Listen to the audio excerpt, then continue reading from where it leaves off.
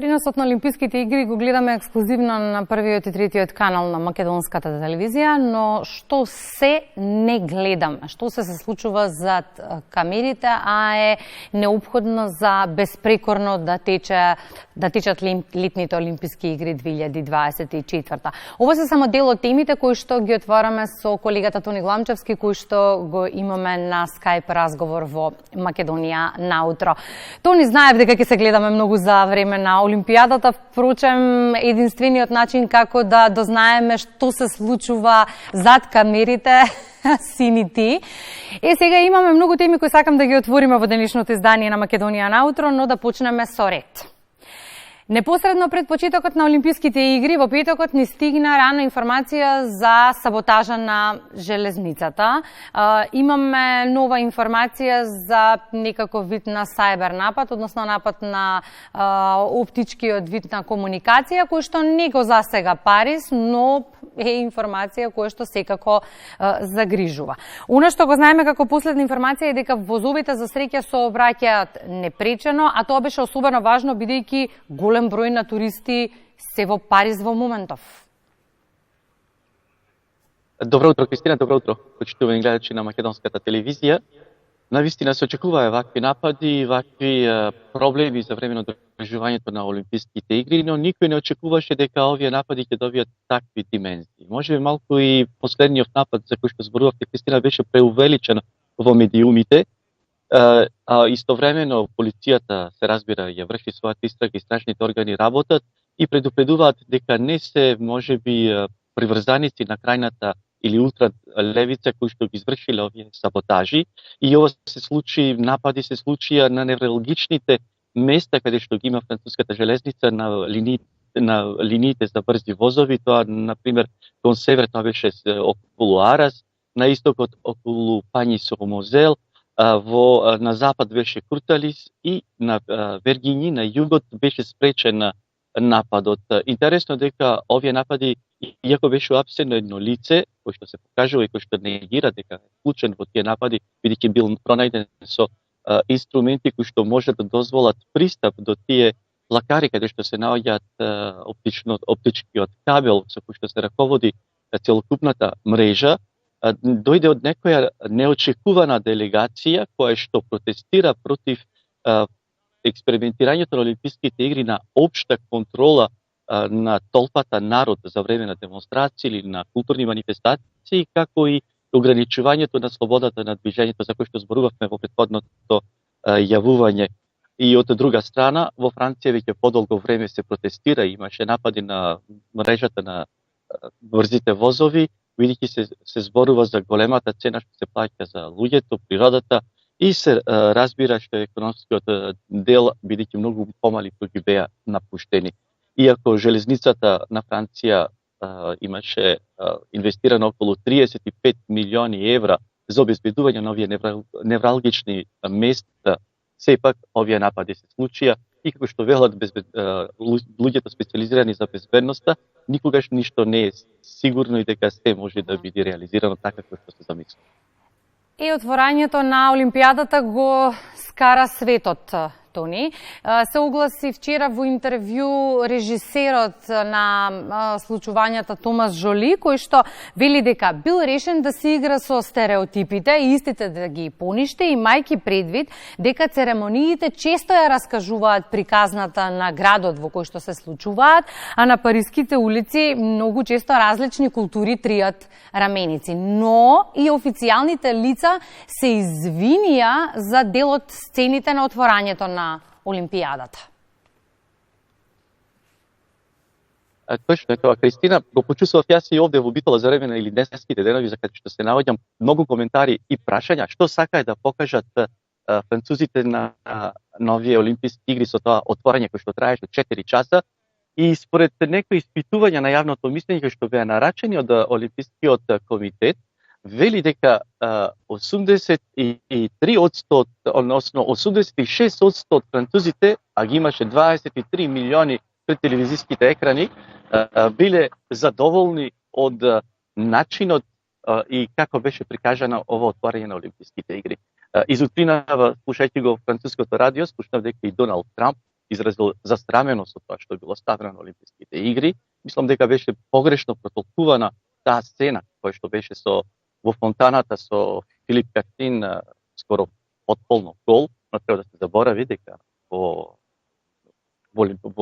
античка Грција и се разбира на многу фонтани во Париз има разголени мажи и жени што никој не ги возбудува кога се наоѓаат. Филип Картин се извини за тоа и што беше можеби малку необично, како што велат секој пат французите, кога има една полемика, едните се за, а другите против, значи нешто има интересно во уметноста и во културата. Кога би имало едно гласие, тоа значи дека има некаков проблем и дека сите размислуваме на ист начин.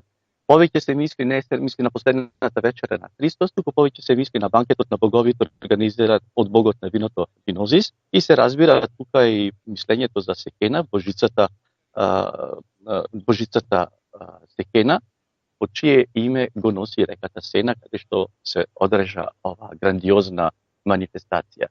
Се разбира, сето ова придонесува за еден друг печаток кој што можеме да го имаме во Франција и за самата Франција. Мислам дека ова отварање на Олимписките игри ќе остане запаметено и дека долго време ќе се зборува некој негативно, а мислам дека повеќе ќе биде позитивно.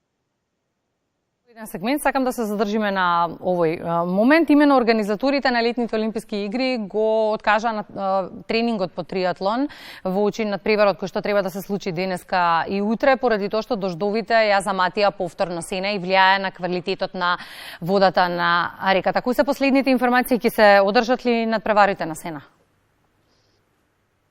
Денес нема да се одржат.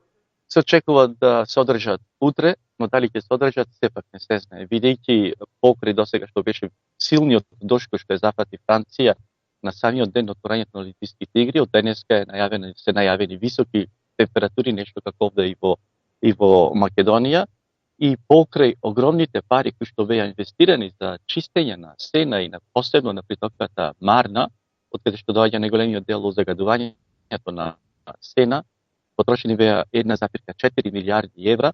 Сепак Сена не е се уште со тој квалитет на вода и покрај убедувањето од организаторите и особено од Министерката за спорт и градоначалничката на Париз, кој што први влегоа во водите на Сена, ова ветување дека може да е слободно да се капиме во Сена датира уште многу одамна, кога Жак Ширак беше избран за градоначалник на Париз. Се надеваме дека организаторите, односно Сена, ќе се најде во подобра, би рекол, здравствена санитарна состојба, бидејќи на организаторите им е важно атлетите, односно пливачите и учесниците на триатлонот, нивното здравје да не биде загрозено. Но секако мора да споменеме дека организаторите се под навистина голем притисок изминатиот период, на многу предизвици треба да се одговори. На шега ќе го споменеме моментот и со фотографијата за како изгледаат креветите во олимпиското село, дека се изработени од картон, се додека не ги тестираат спортистите, дека се издржливи, дека се одлични, удобни и навистина не им пречат. Но верувам дека не е пријатно на толку труд и организација да се слушаат и читаат такви коментари. Се разбира, секој пат се критикуваат. Последниот коментар на незадоволство доаѓа од соседна Германија, поточно од германската делегација, кои што се незадоволни од храната кој што се служи во кантината на Олимпиското село. Велат дека нема доволно храна, дека има голема гужва кога сите ќе одат да јадат, но треба да се знае дека приготвувањето на храната во Олимпиското село се должи на идеите, на рецептите на најголемите кулинари, односно готвачи и најпознати шефови на кујната во Франција, а се разбира, француската гастрономија е една од најдобрите. Интересно е да се каже дека тука во кулисите, во Ронжис, каде што се наоѓа пазарот, односно најголемиот пазар на големо, за најубавите производи што може да се најдат во Европа и во Франција за снабдување на рестораните, постои таква грозница како да се наоѓаме пред божичните и новогодишните празници.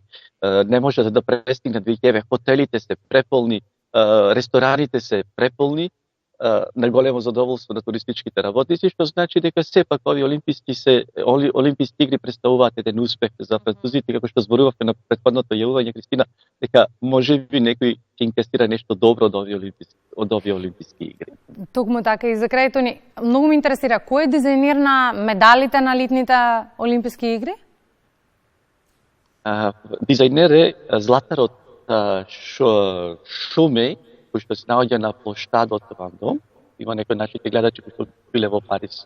Тоа е една групација од групата LVMH, едно од најголемите групации за луксус во Франција. Ќе бидат изработени 5084 медали, секој со различна тежина. Златниот е 529 грама, сребрениот 525 и бронзениот 455. Интересно дека во нив е вградено оригинално железо. Овата кула во форма, во внатрешната форма има форма на шестоаголник, како што символично се прикажува картата на Франција, а од задната страна за прв пат се прави еден исклучок, наместо да види божицата на победата Nike, ја има Ефеловата кула. Се разбира, не е ништо случајно избрано во Франција, бидејќи како што беше и церемонијата на свеченото отворање, така исто и самата медаља, така да се прикаже она што е најдобро од Франција и кој што некој пат останува бидејќи на прво место, како што ја гледаме сега Ефеловата кула, внатре символот на олимпискиот медал е токму Ефеловата кула. Не е кажано името на самиот дизајнер кој што направи, но сепак е тоа Златарот. Благодарам, Тони, за информациите од Франција. Не случајно го поставив последното прашање, бидејќи е тесно поврзано и со приказната за гостинката која што имаме следна во Македонија наутро. Ја следиме Олимпијадата и се што ќе биде ново и актуелно го анализираме со тебе. Благодарам.